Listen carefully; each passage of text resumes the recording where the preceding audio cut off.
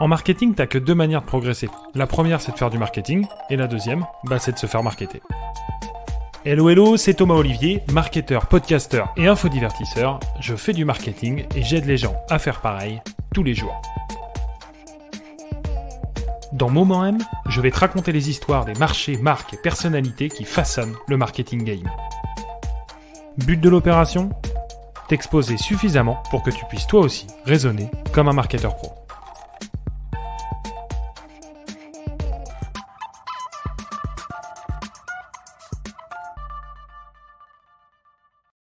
Après avoir consacré les premiers épisodes de Moment M l'horlogerie au roi Rolex, nous allons dans les prochains voir d'autres visions du luxe afin d'aborder les stratégies marketing d'autres marques tout aussi, sinon plus prestigieuses sur le plan mécanique. Et si vous pensiez que Rolex était le summum du luxe, vous risquez d'être choqué avec le sujet du jour. Et en même temps, comment aurait-il pu en être autrement quand on aborde une marque fondée il y a à peine plus de 20 ans par un marketeur français ? Moi, ce que j'aime, c'est aller sur le champ de bataille, on prend des risques, objectif, montrer que c'est un produit extrême, pour des conditions extrêmes. Né en 1951 à Draguignan, préfecture d'un département du Var qui m'est cher, Richard Mille est arrivé dans l'horlogerie par le marketing. Marketing qu'il étudie à Besançon avant d'être embauché comme responsable des exportations par l'horloger français Finor. C'est donc à la frontière suisse qu'il entre dans le milieu du TIC et du TAC. Plus tard, il rejoint Paris et la place Vendôme pour devenir actionnaire et surtout directeur général de la division horlogerie chez Mauboussin. Nous sommes en 1990 et le Varois entre directement dans le processus de création d'une montre, processus dans lequel il s'investit personnellement beaucoup, observant les horlogers travailler à outrance et rencontrant les meilleurs fabricants de Suisse. C'est ainsi qu'il forge son expertise et accumule l'expérience nécessaire à la création de sa propre marque en 2001. Une marque qui porte son nom et qui vise au-delà de tout ce qui a déjà été fait, que ce soit en matière de technologie horlogère ou de marketing. Voici d'ailleurs comment Richard Mille lui-même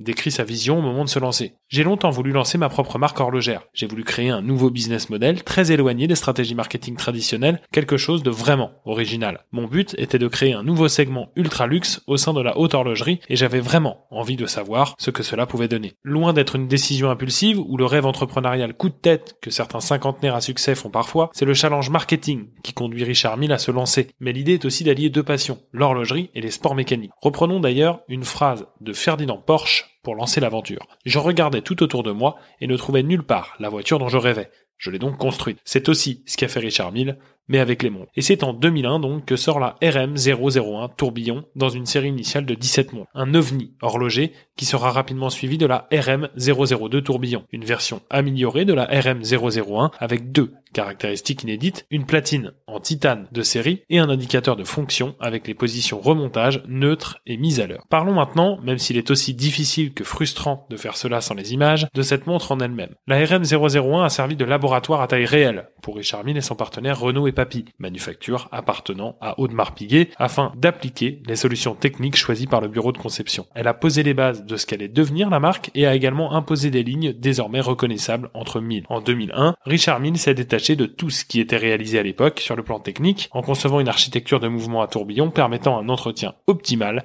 et offrant une résistance au choc extrême. Le boîtier tonneau et le mouvement mécanique ont été conçus en simultané sans cercle d'emboîtage. Une esthétique tout à fait unique à une époque où l'on considérait que le tourbillon était un organe fragile, animant des montres impossibles à porter en dehors de certaines occasions bien spécifiques et tranquilles. C'est vrai que c'était l'époque où on disait il est impossible de jouer au golf avec une montre, quelle qu'elle soit, a fortiori tourbillon.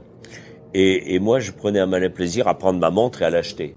Et ça a marqué énormément de gens. Tous les exemplaires ont été vendus en quelques semaines. Pas mal, pour une montre proposée au tarif de 170 000 € tout de même. D'autant plus fort que cette montre est neuve, sans or, sans diamant et sans histoire. Évidemment, le produit est cher, mais les premiers clients qui ont compris la qualité sans compromis d'un produit aussi visionnaire ont prédestiné cette première création à devenir un succès sans équivoque. Aujourd'hui, plus de 20 ans après, la collection Richard Mille comprend plus de 80 modèles, chacun conçu et produit avec la même passion et les mêmes principes sans compromis qui ont guidé sa première création. Quant à la RM001, elle est aujourd'hui introuvable et sa cote reste très difficile à évaluer précisément. La dernière vente officielle répertoriée est signée Christie's à Hong Kong en 2014. Montant d'opération 1 248 848 €. C'est moins qu'en 2007, où la montre avait dépassé les 2 millions lors d'une vente en Suisse, mais ça n'en reste pas moins une très jolie plus-value. Plusieurs questions se posent alors sur la marque, son positionnement et sa politique tarifaire. Chez Richard Mille, tout t'es contre-intuitif et frôle le provocateur. Un constat que le fondateur admet non sans mal lors d'une interview donnée en 2013. Par exemple, lorsque les prix moyens pour les tourbillons s'établissaient à 100 000 francs, j'ai voulu aller au-delà de 200 000. Mes montres sont politiquement incorrectes. Et c'est un point commun que je partage avec Richard Mille. Je suis moi-même particulièrement friand de ce genre de pratique, ayant l'habitude de conseiller mes clients qui doutent sur leur pricing de la manière suivante. Imaginez le prix le plus élevé que vous pensez pouvoir facturer et multipliez-le par 2. C'est l'idée derrière la stratégie de Richard Mille. Être plus cher, beaucoup plus cher, déraisonnablement plus cher. C'est comme ça que se construit une marque dont de nombreux modèles coûtent plusieurs millions d'euros. Mais si se pricer de cette manière a tout d'une bonne idée, encore faut-il être capable de l'assumer. Et le mot d'ordre est clair ici, aucune concession, on fait ce qu'il y a de mieux, quel que soit le prix. L'esthétique doit toujours être reconnaissable, c'est aussi l'une des marques de fabrique. Aucune montre ne ressemble à une Richard Mille, à part une autre Richard Mille. Pourtant, le gros du travail est réalisé par d'autres entreprises. Nous avons parlé de Renault et Papy, qui est un véritable partenaire appartenant à Audemars Piguet, qui possède des parts dans Richard Mille et qui est l'un des plus grands experts des mouvements mécaniques d'exception. Mais d'autres grandes manufactures ont travaillé avec la marque, Franck Muller, Lange, Jaeger et Vaucher, pour ne citer que. Des produits d'exception donc, le meilleur, sinon rien. Et dans les faits, si le design résolument sportif peut plaire ou non, la promesse, elle, est tenue. Sortie en 2017, la RM5003 est la première montre que peuvent se permettre de porter les pilotes de F1 en course. Développée en partenariat avec McLaren et conçue en carbone, elle ne pèse que 40 grammes, ce qui en fait le chronographe le plus léger du monde. D'autres modèles ont suivi, comme la 6702, portée notamment par le skieur Alexis Pinturo, le sauteur en hauteur Moutaz Essa Barshim et les pilotes Sébastien Ogier et Charles Leclerc. Elle pèse seulement 32 grammes grâce à une combinaison de matériaux composites TPT au titane grade 5 et à son bracelet élastique le plus léger jamais conçu par la marque. Autre anecdote, autre égérie, nous avons parlé de Roger Federer qui représentait la classe et donc la marque Rolex. Mais imagineriez-vous le Suisse porter une Daytona pendant la finale de Roland-Garros? Probablement pas, et c'est bien normal. Elle est presque 4 fois plus lourde que la 2701 de Rafael Nadal, dont l'image plus sportive, endurante et extrême colle mieux à celle de Richard Mille. Plusieurs montres de la marque se sont affichées au poignet du joueur ces 10 dernières années, mais pas seulement lors des conférences de presse d'après-match, mais tout au long des parties. Les concepts marketing qui consistent à prendre une montre, par exemple lorsque on a fini son Grand Prix, pour la mettre au poignet et puis aller sur le podium. C'est pas Richard Mille, ça. Non, parce que c'est pas authentique, parce que c'est pas vrai. Richard Mille est devenu spécialiste dans l'art de proposer des montres que les sportifs peuvent porter pendant qu'ils pratiquent, et tout ça sans que ça ne les gêne. Une preuve par la démonstration de l'évidence que les produits sont fiables, ultra résistants et suffisamment légers pour répondre aux attentes du sport de très haut niveau. Nous l'avons dit, Richard Mille est un pur produit du marketing, et cela se ressent dans les budgets. En hausse constante depuis la naissance de la marque, le CA tourne autour des 900 millions d'euros en 2021, pour un budget marketing qui pèse entre 15 et 20% du CA, soit aux alentours des 150 millions d'euros par an. Voilà ce que la marque pose sur la table pour séduire une clientèle jeune, voire très jeune. Au début, la moyenne d'âge était quinquagénaire et plus, mais elle se situe maintenant plutôt vers 25-30 ans. Nous sommes un phénomène transgénérationnel qui n'a pas été envahi par la montre connectée. Il n'y a pas de secret. Pour atteindre le club fermé des milliardaires en chiffre d'affaires, Richard Mille n'a pu jouer ni de sa bonne naissance, ni de son histoire. Elle a dû opter pour un marketing agressif et à contre-courant, proposant à prix complètement fou des modèles absolument dingues. Et le dernier exemple en date n'est autre que la RM Up 01 Ferrari, une montre ultra plate de seulement 1,75 mm d'épaisseur, rendez-vous compte, qui constitue une véritable prouesse technique et illustre une approche de la mécanique horlogère où la technique a plus que jamais dicté l'esthétique. Un modèle qui vient rassembler Richard Mille et Ferrari dans leur quête commune de perfection. Enfin, RM joue d'un talent certain pour la communication. Car au-delà des égéries, ou devrais-je dire cobayes, qui ne se contentent pas de porter le produit pour les photos, Richard Mille sait faire parler de lui. En 2018, par exemple, la marque se retire du Salon international de la haute horlogerie, histoire de ne définitivement rien faire comme tout le monde. Ne manquant pas de rappeler le peu d'utilité de ce type de rendez-vous pour des marques ultra sélectives, mais également le manque de rentabilité du salon qui est en fort déclin. Ce dernier représentait 80% du CA annuel de l'horlogerie haut de gamme dans le milieu des années 2000. En 2018, ce chiffre est tombé à 20%. Pour conclure cet épisode dédié, laissons à Richard Mille le soin de nous résumer les 3 piliers sur lesquels repose, selon lui, sa marque. D'abord, la meilleure technique, quel qu'en soit le prix. Ensuite, je veux créer une montre 3D identifiable, mais légère et facile à porter. Enfin, je veux le meilleur de l'horlogerie suisse. Le coût n'est pas un paramètre central de mon approche, nous avons besoin d'un niveau de finition exceptionnel, que le résultat soit magnifique. Le postulat de base est que la haute horlogerie doit s'ouvrir au monde, toujours avec la technique extrême qui guide chaque modèle.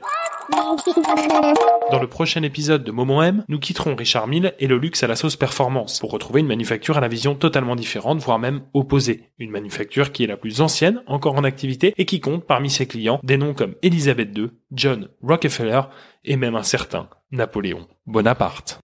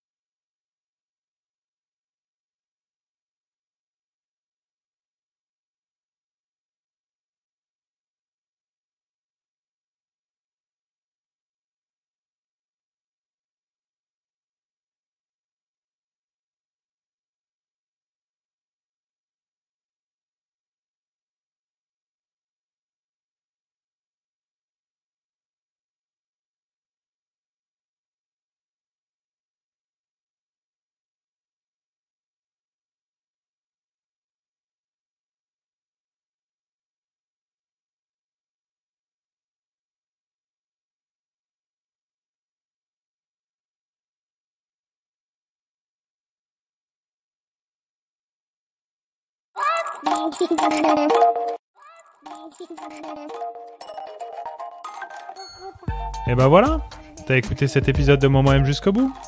Merci maintenant de le partager à au moins une personne autour de toi, de mettre les 5 étoiles qui vont bien et le commentaire qui va avec. C'est ce qui m'aide le plus à ressortir dans le classement des plateformes d'écoute et donc à le faire découvrir à de nouveaux auditeurs. C'est tout pour le podcast. Maintenant, si le marketing t'intéresse et que tu veux t'y former avec quelqu'un qui fait ça tous les jours, sache que j'envoie des emails quotidiens sur le sujet.